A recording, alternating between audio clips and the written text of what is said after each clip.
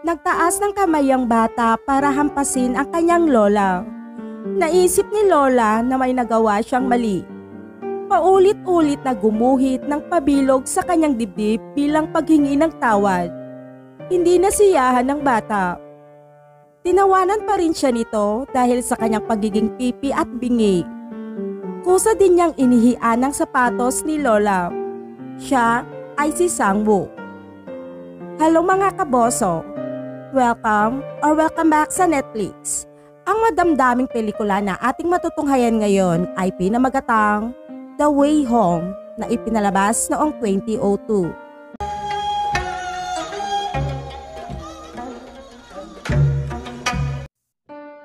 Sa unang pagkakataon na nakita niya ang kanyang apo, inabot niya ito upang hawakan, ngunit umatras ang bata. Si Sangwoo na lumaki sa lungsod ay kinasusok naman ang lahat. Sira-sirang bahay, walang kuryente o patubig, at ang mga bintana ay natatakpan na ng mga sapot ng gagamba.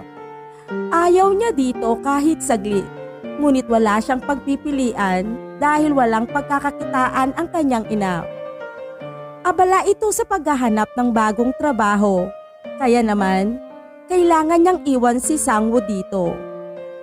Hindi man lang ito nagbigay ng allowance, kaunting pagkain lang para kay Lola at Sangwoo. Nagbilin siya sa anak na maging masunurin, pagkatapos ay nagmamadaling umalis na ang ina ni Sangwoo. Si Lola ay 77 taong gulang na at isang kuba. Hinawakan niya ang kamay ni Sangwoo, ngunit iwinaksi niya ito. Naisip ni Lola na may nagawa siyang mali, kaya paulit-ulit na gumuhit ng pabilog sa kanyang dibdib bilang paghingi ng tawad. Dahil ang matanda ay hindi makapagsalita, kinailangan niyang gamitin ang simpleng sign language na ito para makipag-usap kay Sangwoo. Akala ng bata ay nakakatawa si Lola. Sa oras ng pagkain, tanging ang dilatang karne lamang ang kanyang kinakain. Binibigyan pa siya ni Lola ng kanin sa kanyang pinggan, ngunit ibinabalik niya kay Lola ang kanin. Pagkatapos ay ibinigay ni Lola kay Sangwoo ang itinatago niyang candy, ngunit hindi man lang siya nito nilingon. Nginuya niya lamang ang kanyang tsokolate at naglakad na paalis. Si Sangwoo ay hindi kailanman nakikipag-usap sa kanyang lola. Naglalaro lang siya ng mga video games mag-isa. Kapag pagod, natutulog siya. Nag-iiwan ng kalat para linisin ni Lola. Alam ni Lola na hindi siya gusto ni Sangwoo, kaya sinubukan niyang huwag abalahin ang apo. Ngunit kailangan niya itong bantayan palagi. Nananabik itong kausapin siya ni Sangwoo. Nang gabing iyon, si Lola na mahina na ang paningin ay humiling kay Sangwoo na ipasok ang sinulit sa karayom. Walang tiyaga ang bata pagdating sa sinulit, ngunit sinadya niyang hilain ang sinulit ng mahaba upang tumagal ang pananahin ni Lola at hindi siya maistorbo sa kanyang paglalaro. Pagkaraan ng ilang sandali, huminto ang kanyang nilalaro, kaya humingi ng pera si Sangwoo kay Lola upang makabili ng bagong baterya. Inilabas ni Lola ang walang laman niyang bulsa. Wala rin siyang pera, ngunit hindi naniniwala si Sangwoo. Hinalungkat niya ang kwarto para maghanap ng pera. Wala rin siyang mahanap kahit isang sentimo. Sa sobrang galit, sinipa niya ang banga ni Lola at nabasag. Itinago din niya ang nag-iisang pares ng sapatos ni Lola, kaya nakayapak itong naglalakad sa bundok. Nagigip pa si Lola ng tubig para sa kanya. Walang pera si Sangwoo para makabili ng mga baterya at doon niya nakita ang silver na hairpin ni Lola. Habang umiidlip si Lola, ninakaw niya ang hairpin. Pagkatapos ay tumakbo siya sa tindahan sa nayon upang ipalit ng baterya, ngunit wala silang ganoong battery. Kaya nagpasya si Sangwoo na ipalit na lang na kanyang merienda. At dahil kaibigan iyon ng kanyang lola, kaya sinapok siya na may-ari sa ulo at saka pinalayas. Ang masakla pa, naligaw si Sangwoo sa kanyang pag-uwi. Malayo-layo na ang kanyang nilakad. Tuluyan na siyang umiyak habang naglalakad palayo. Sa kabutihang palad, nakita siya ng isang mabait na matanda at inihatid siya nito pabalik sa kanyang lola. Hindi rin naman siya sinisisi ni lola. Sa halip ay tinanong niya ito kung ano ang gusto niyang kainin. Tumakbo siya papasok ng bahay at kumuha ng flyer para ipakita sa kanyang lola. Nais daw niyang kumain ng Kentucky Fried Chicken. Matagal na sumenya si Sang-woo. Akala ni lola gustong kumain ng manok si Sang-woo, kaya kinuha niya ang mga halamang nahukay niya at nagplanong ibenta para makakuha ng pera. Makalipas ang mahabang oras, bumuhos ang malakas na ulan. Nilakad ni lola ang daan sa bundok sa gitna ng malakas na ulan. Nag-uwi siya ng buhay na manok. Basang-basa siya ngunit nilagyan muna niya ng kumot si Sang-woo habang ito ay natutulog. Pagkatapos, nagmamadali siyang magluto. Inilabas ni lola ang nilutong manok. Kinuha niya ang isang hita ng manok at ibinigay kay Sang-woo. Mukhang hindi masaya si Sang-woo at nagsisigaw na gusto niya ng Kentucky Fried Chicken. Itinapon niya ang mangkok na may lamang kanin. Walang magawa si lola kundi kainin ang itinapong pagkain ni Sang-woo. Kinabukasan, nagising si Sang-woo ngunit hindi pa nagigising si lola. Alam ni Sang-woo na may sakit si lola. Mabilis niyang tinakpan si lola ng kumot at tuwalya. Pagkatapos ay napansin ni Sang-woo na inipit ni lola ang kanyang buhok gamit ang isang sirang kutsara. Hiyang-hiya siya sa kanyang sarili. Sa wakas, ibinalik niya sa kanyang lola ang ninakaw niyang hairpin. Makalipas ang ilang araw, umayos na ang pakiramdam ni lola. Nakita niyang hindi nakasya ni Sang-woo ang kanyang sapatos, kaya dinala niya ito sa pamilihan. Magtitinda siya ng ilang mga halamang gamot at bibilhan si Sang-woo ng isang pares ng sapatos. Pagkatapos ay nakita ni Sang-woo ang kanyang crush sa palengke. Agad niyang itinapon ang kanyang basket at pinuntahan ng batang babae, ngunit hindi siya nito pinansin. Nagtitinda ng halamang gamot si lola ngunit hindi siya makapagsalita, kaya hirap siya makabenta.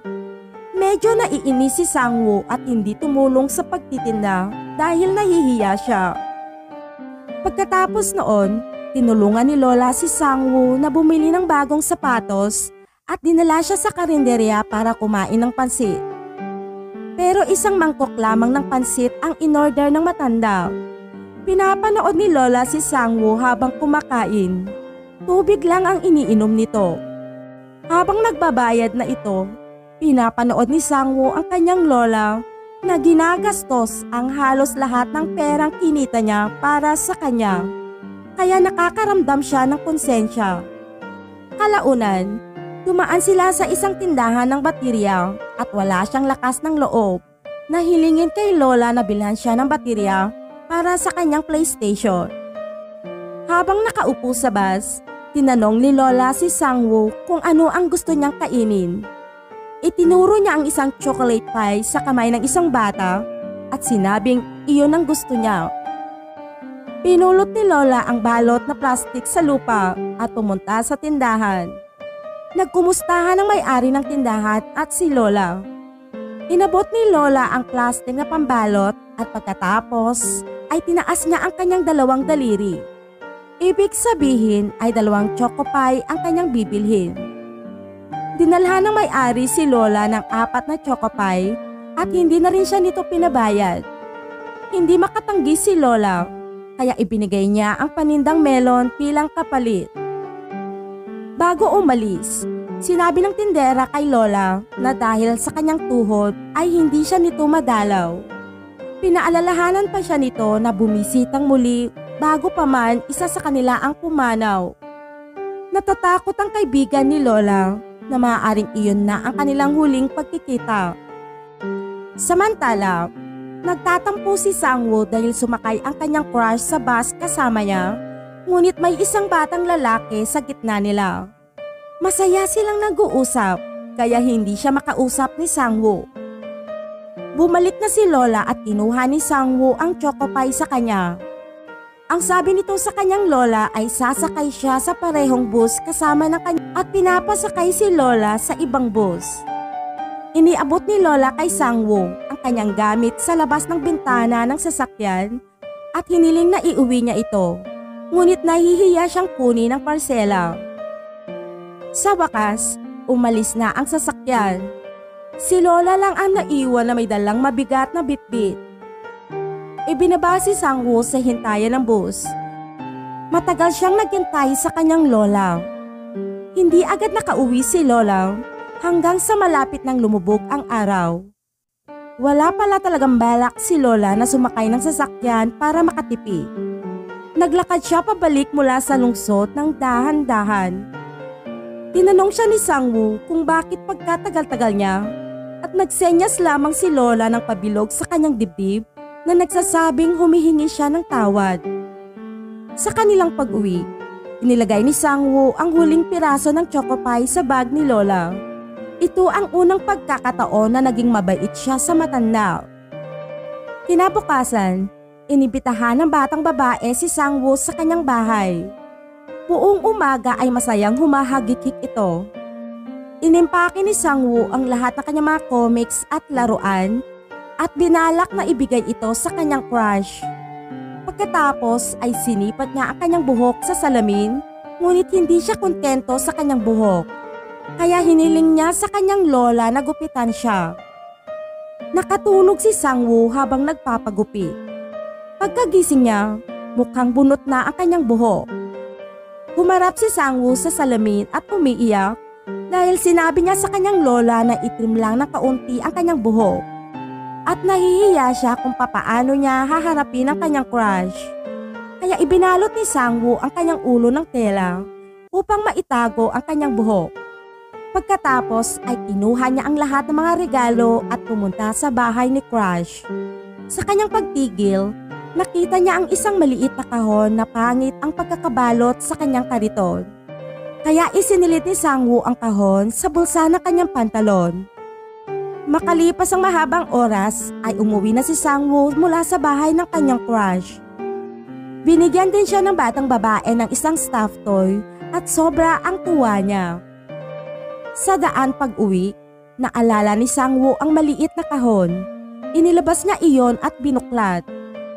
Iyon pala ay ang kanyang video game at may kasama pang pera na inilagay ng kanyang lola para pambili ng mga baterya. Hindi na napigilan ni Sang-woo ang kanyang sarili. Tuluyan nang bumagsak ang kanyang mga luha. Nang makarating siya sa isang bundok, nakita niyang hinahanap siya ng kanyang lola. Umiiyak si Sang-woo at humahangos naman si lola palapit sa kanya. Tumingin ito sa tuhod ni Sang-woo at pinunasan ng mga luha nito. Naawa si lola sa kanya at saka iniabot niya kay Sang-woo ang isang sulat mula sa kanyang ina. Nakahanap na ng trabaho ang ina ni Sang-woo kaya uuwi ito upang sunduin na ang anak, ngunit hindi makakasama si lola. Tinuruan ni Sang-woo si lola kung paano magsulat upang magpadala ng liham sa kanya. Ngunit mahirap matuto si lola. Muling nagsabi si Sang-woo na kung sakaling may sakit siya, ay magpadala lamang ng blankong papel upang malaman ang kanyang kalagayan at agad siyang uuwi. Nilagyan din ni Sang-woo ng sinulid ang lahat ng karayom ni lola. Natatakot siyang mahihirapan si lola na manahi habang wala siya. Sa sandaling iyon, talagang naiintindihan na ni Sang-woo ang lahat. Kinabukasan, sinundo na ng ina si Sang-woo at sumakay na sila sa bus. Kumatok si lola sa bintana. Sinusubukang pigilan si Sang-woo, ngunit hindi siya makapagsalita. Isinandal ni Sang-woo ang kanyang ulo, natatakot na tumingin sa kanyang lola, ngunit hindi niya napigilang tumakbo sa likod ng bus hanggang sa umandar ito. Gumuhit siya ng pabilog sa kanyang dibdib tulad ng ginagawa ng kanyang lola. Nangihinayang talaga siya dahil sa simula pa lang ay wala siya roon para sa kanyang lola. Nakalayo na si Sang-woo at iniisip niya kung kailan sila muling magkikita ng kanyang lola.